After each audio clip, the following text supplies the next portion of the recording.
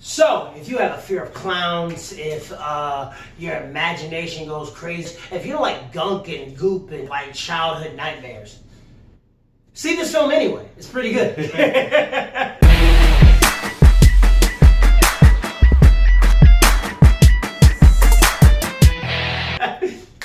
Hi, welcome to another episode of The Brothers Perspective. I'm your host, Kenny Steele. This is my excellent co-host, Brother Kyle. And today we saw the excellent film, It, Chapter 2. This meeting of the Losers Club has officially begun.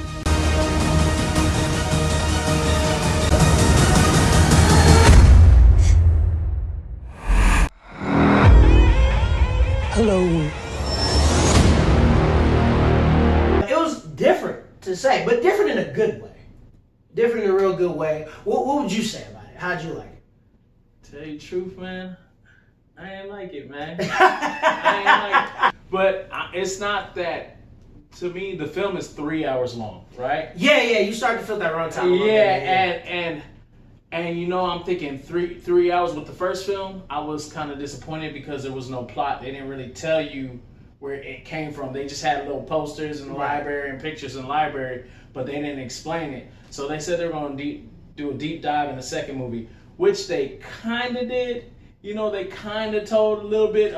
Yeah, but it wasn't the deep dive that I was expecting. You know, 3 hours, you're expecting, oh, where exactly did he come from? Right. How he can do this? What exactly does he do to these people? Right. I mean, you see it do so many things, but you don't know where it comes from. As the film goes on, how this creature got there just happens. And you're just like, okay. It's kind of like related to like an anime. Like, you ever watch like just anime cartoons and stuff just happens? Yeah. And they're like, here we go. And you're like, all right, take me on this journey. You figure they would eventually, you know, kind of tell you and give you a breakdown of how this all started, and where it began, and where, you know, where it came from and how it came about to be. I mean, honestly, like, there are things I do like about the film. I do like the comedy aspect of it. I didn't expect to laugh so much in a horror film. Yeah. I kind of went in expecting this finale. I did not expect it to be really a horror comedy. Like, this is, you know, define this as a genre. This is a horror comedy, but not in a corny way. This was kind of more situational comedy, but it was mostly because of the characters. Like how the characters react and how they kind of get a realistic feel. We all could say this as adults. We always have these moments or situations, or at least people we get around, that brings out the kid in us again. Like, and I like that this cast actually brought that. You know, they were like lifelong friends. You know, we've had friends too, when you separate no matter how far you go. The moment you come back together, it's like you never left. And I felt that chemistry there.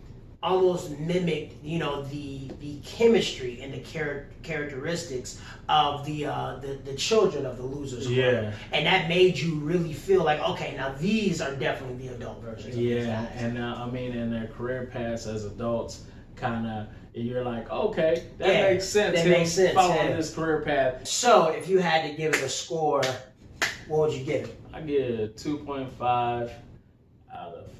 2.5 out of 5. That's not bad. You know what? I'm not that far off. I'd probably give it I'm gonna give it a 3 out of 5. Like, it's okay. Like, it's not great. It's, you know, it's not fantastic. But I mean, it's definitely something I would watch again, especially if you had them back to back. If you had It Chapter 1 and It Chapter 2, I'd definitely watch it back to back. But I can see this is one of those horror movies that I would watch again. The chemistry of the cast alone was so good.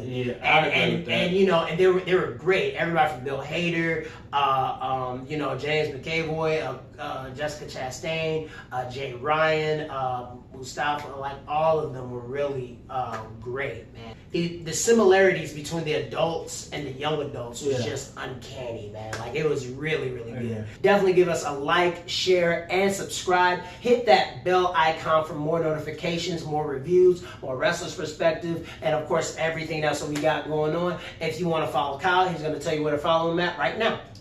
Bro_perspective. It's a tongue twister, man. On Twitter, brothers_perspective_.